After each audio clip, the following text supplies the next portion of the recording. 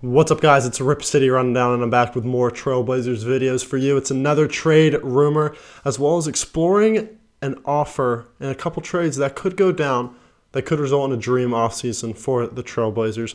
Before I jump into the video, I just want you guys to like this video and subscribe because the NBA draft is coming up Thursday night. I am recording this Monday night. We will be recording a podcast later this night as well. You'll see that tomorrow, probably today as you're watching this. But just be on the lookout for more Trailblazers videos because this is the biggest week of the offseason for the Blazers to this date. So with that being said, let's jump into the video. And as you saw by the title, we're going to be talking about John Collins because his name has jumped into the rumors of players the Blazers could possibly target. It comes from Jake Fisher on the Dunked On podcast.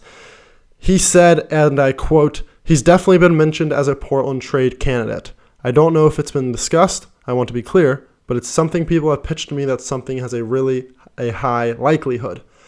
So that comes from Jake Fisher, who has been a very solid source when it comes to Blazers trades in the past. He's reported the stuff about OG Anunoby. He's reported DeAndre Ayton. So he's kind of been the trusted source so far when it comes to this Blazers news.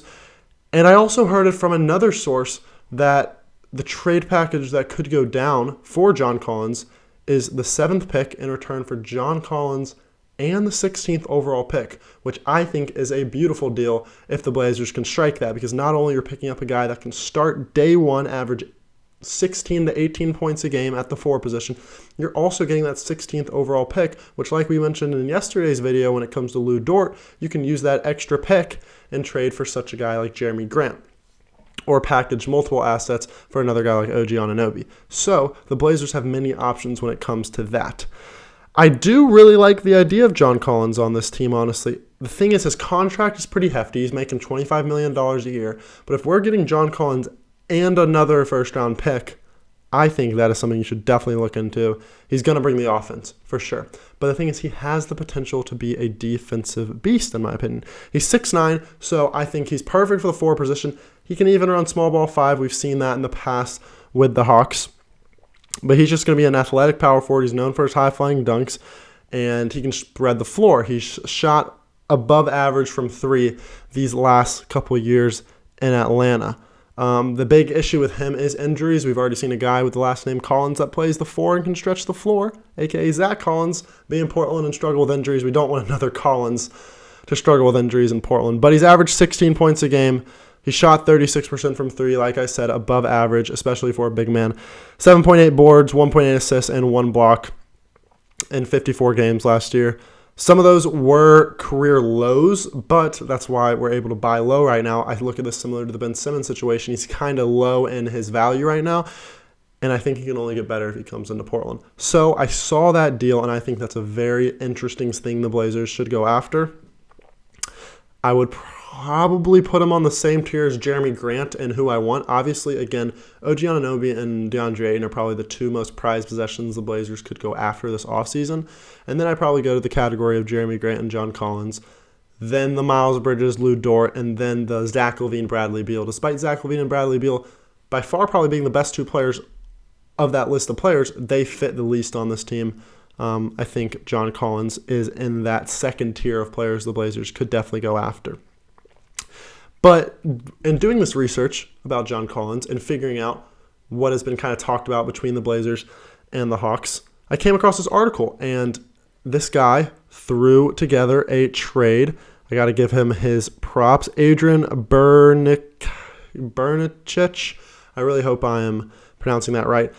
But he threw down an article together of the dream offseason for the Blazers, and it is including picking up John Collins and picking up OG Anunoby. Let's give this a rundown. So, it results obviously in OG Anunoby and John Collins on the Blazers. It is in a 3-team trade with Toronto and Atlanta. So, Portland would receive John Collins and OG Anunoby. Toronto would receive the 7th pick, Clint Capella, Josh Hart, and Trendon Watford. And Atlanta would receive the 36th pick, the 2025 Bucks pick, Gary Trent Jr., and Keon Johnson. And just going back to Portland, so obviously they would get OG Anunoby and John Collins, and in all, they would be sending out the 7th pick, the 36th pick, the 2025 first-round Bucks pick, Josh Hart, Trendon Watford, and Keon Johnson. So that is a lot going out the door there. That is 2 first-round picks. That is 2 very solid rotational players.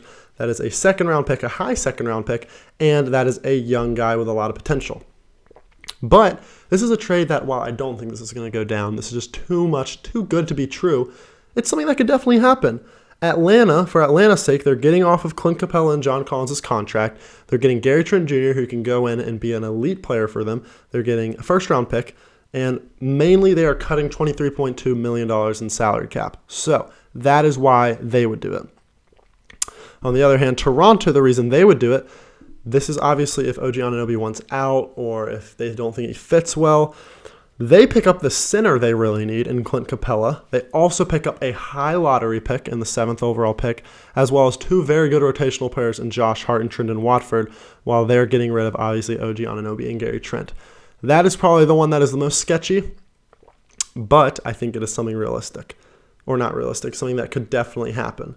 I just saw that and I thought that was super interesting because if the Blazers were able to come out of this offseason with 2 of those guys from those list of players we've been speaking about, OG Anunoby and John Collins, that would be a very good offseason for the Portland Trail Blazers.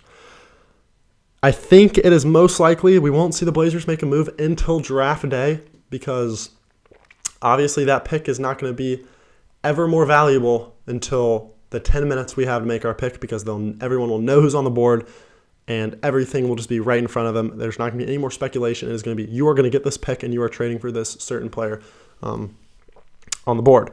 So that scares me that the Blazers won't be probably trading this pick if they do trade it until draft night. They could still use it, the pick. We'll talk about it on the podcast, so be on the lookout for that tomorrow.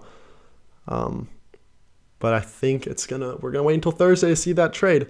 So make sure to subscribe. That's all I got for the video. Comment down below if you would want to pick up John Collins, if you like that John Collins in 16 for the 7th overall pick deal, and if you like this John Collins, OG Anunoby utopia type deal that could possibly go down. That would be amazing if the Blazers could somehow pull that off. But comment down below if you guys would like that. Make sure to subscribe because we are going to be doing an NBA draft live stream the day of the draft, and everything's going to go down that day. So make sure to subscribe, like the video, and I'll see you in the next video. Peace.